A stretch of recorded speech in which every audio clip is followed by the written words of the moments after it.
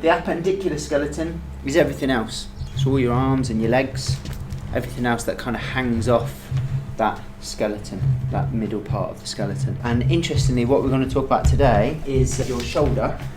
So if you see your sternum here and your collarbone, the only point at which your whole arm attaches to your body is that bit there. Okay, that is it. That's the only bony attachment of your whole arm to your skeleton. Everything else is muscle. So it's floating in a bed of muscles, and all those muscles have to work together, okay, to control your shoulder. So if you have a look here, comprised of your arms, your legs, your pectoral girdle, your shoulder girdle, which is your clavicle, this bone here. We're going to go into these in a bit more detail. And this, your shoulder blade, or the scapular bone, okay, and that's all part of your shoulder girdle. And then pelvic girdle, so these parts here are called your ilium, and then your legs obviously attach into those as well. All of that is appendicular. If you feel the top of your breastbone, top of your sternum, you should feel like a little notch in there. It's called the sternal notch. And then just move either side laterally, and then have a feel. You should feel like a bony lump, and then a bit of a dip.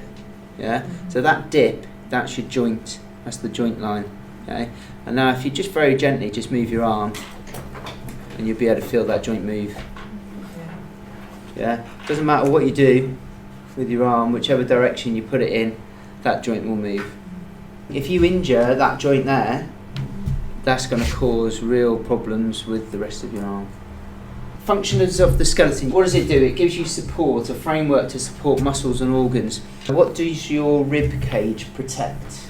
Lungs, good. What else have we got in there? Your heart. What's in there? Liver, yeah. Around the back, kidneys, yeah. So it's pretty good design, isn't it? You've got all these bones, all these quite solid structures, but then they're designed in a certain way that gives you a little bit of movement too. Why do you need movement in the rib cage?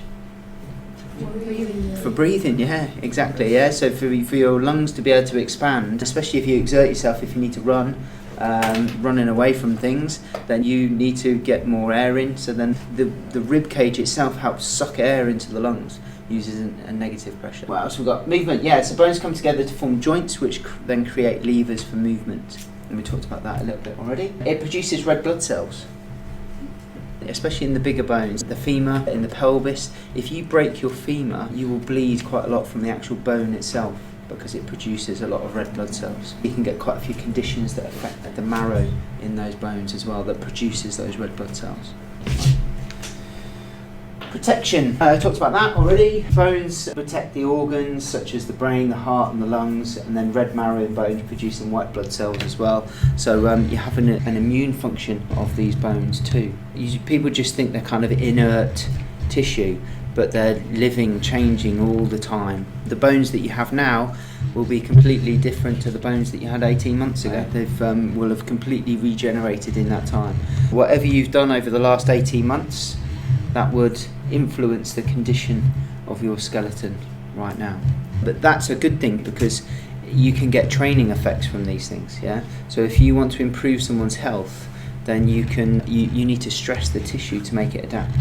You can make people fitter, make their skeleton stronger. Mineral storage forms a reservoir of minerals, especially calcium, strengthens the bones, and calcium is key for muscular contraction. If you don't have calcium, then your muscles don't contract.